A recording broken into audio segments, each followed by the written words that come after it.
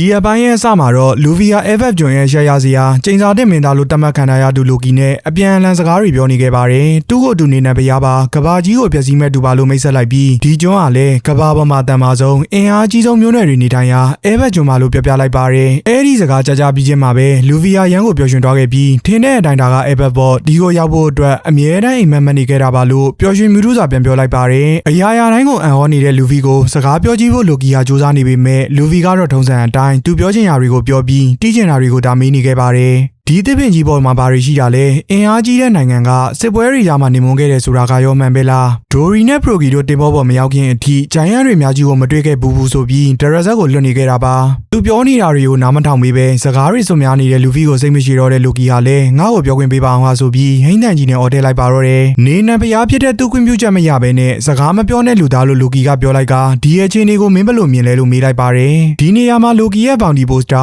2.6 ဘီလီယံကိုလက်လိုက်ပြပေးထားပါတယ်မင်းကဘန်းခံထားရတာပဲလို့လူဗီကပြောတဲ့အခါမင်းအကဲကမြန်သားပဲငါပါဝင်ဘသူကမှအဖမ်းခံရတာကိုမကြိုက်ဘူးလွတ်မြောက်ချင်ကြတယ်သူ့ကိုယ်သူအဲဘက်မှာအင်အားကြီးဆုံးလို့ယူဆထားခဲ့ပေမဲ့အဖမ်းခံရတာ6နှစ်တောင်ရှိပြီလို့သူ့ရဲ့အကြောင်းကိုပြောပြနေခဲ့ပါတယ်ဝါလန်ကိုတိုင်ဖြစ်တဲ့ဒီရတနာတစ်ပင်အာဒန်မှာသူ့ကိုစီးစုံတန်ကြိုးတွေနဲ့ဖမ်းချုပ်ထားတာကြောင့်ယုံထွက်လို့မရပဲအားနေနေကြောင်းဒါကြောင့်သူ့ကိုလွတ်ပေးဖို့အတွက်အပေးယူလုံမလားလို့လူဗီကိုမေးလိုက်ပါတယ်သူ့ကိုဒါလွတ်ပေးမယ်ဆိုရင်ဘလို့ပင်လေဓမြပွဲကိုပဲဖြစ်ဖြစ်သူကရှင်းပေးမှဖြစ်ကြောင်းတော့ကတော့ရွာထဲကတနေရာမှာရှိနေမယ်လို့ပြောလိုက်ပါတယ်ဒါပေမဲ့လူဗီကတော့ဘာမှပြန်မပြောသေးပဲတောထဲကမူမမှန်တာတခုခုကိုခံစားမိနေတာကြောင့်လက်ကြည့်နေခဲ့ကဒီနေရာက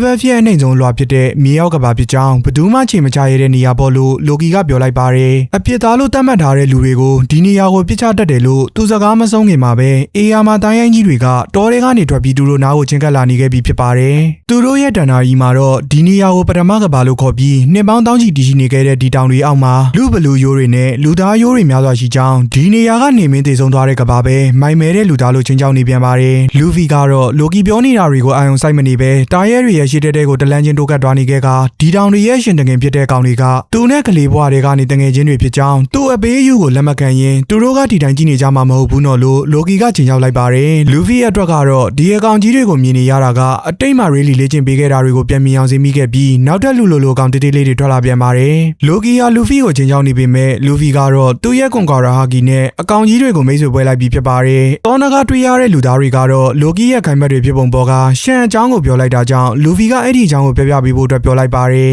်လူဗီကသူ့ရဲ့အကောင်ကြီးတွေကိုတင်းကျပ်လိုက်တာကိုတွေးလိုက်တာကြောင့်လိုကီဟာလည်းတော်တော်ကိုအံ့ဩသွားခဲ့ပြီးရှန်ကိုစိတ်ဝင်စားနေတဲ့လူဗီကိုတော့မင်းပြောတဲ့ရှန်ဆိုတဲ့အကောင်ကသူ့ရဲ့ဘောကြောင့်နေပင်လေဓမြမလားလို့မေးလိုက်ပါတယ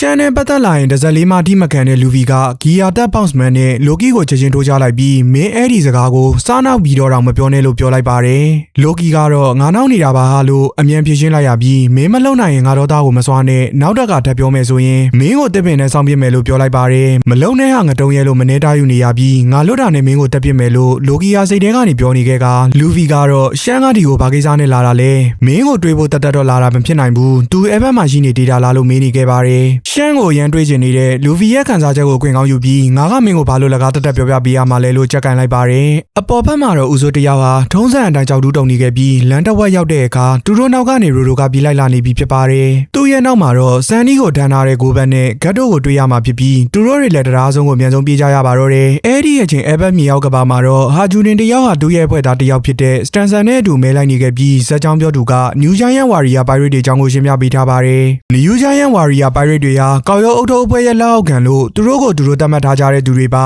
ဒိုရီဘရိုကီတို့နောက်ပိုင်းမျိုးဆက်တစ်စစ်တီတော်တွေဖြစ်တဲ့သူတို့အဖွဲ့မှာခေါင်းဆောင်ဟာဂျူတင်တင်းမောပြင်စရာစတန်ဆန်လမ်းပြရိုဒိုစပိုမူကိုဘတ်နဲ့ဆီယာဝန်ကတ်တို့ပါဝင်ပါတယ်ဂရိတ်အဲရီဂျီပေါ်မှာတော့ရောဘင်တယောက်ဟာစပင်ညက်နေခဲ့ပါတယ်အကြောင်းကတော့သူ့ရဲ့အသက်သခင်ကျေးဇူးရှင်ဖြစ်တဲ့စောနဲ့ပြန်တွေ့တဲ့အခါသူ့ကိုမှတ်မိနေစေဖို့အတွက်သူ့ရဲ့ရှေ့စမိတ်တွေကိုညှက်ပစ်လိုက်တာပါစောနဲ့စားတွေ့တုန်းကအတိုင်းညှက်ထားတဲ့သူမရဲ့စပင်ပုံစံကကျွန်တော်တို့သူမကိုစားတွေ့ခဲ့တဲ့ချိန်တုန်းကအတိုင်းပါပဲအခုဆိုရင်ရောဘင်တို့တွေဟာလည်းဂျိုင်းယန်တွေရဲ့ကျွန်း FF ကိုရောက်လာခဲ့ကြပြီဖြစ်ပြီးအဲ့ဒီရဲ့ချိန်ကျွန်းပေါ်မှာတော့စောတယောက်မလုံးမရှက်လဲချသွားတယ်လို့ဆီယာမတယောက်ကပြောနေပါတယ်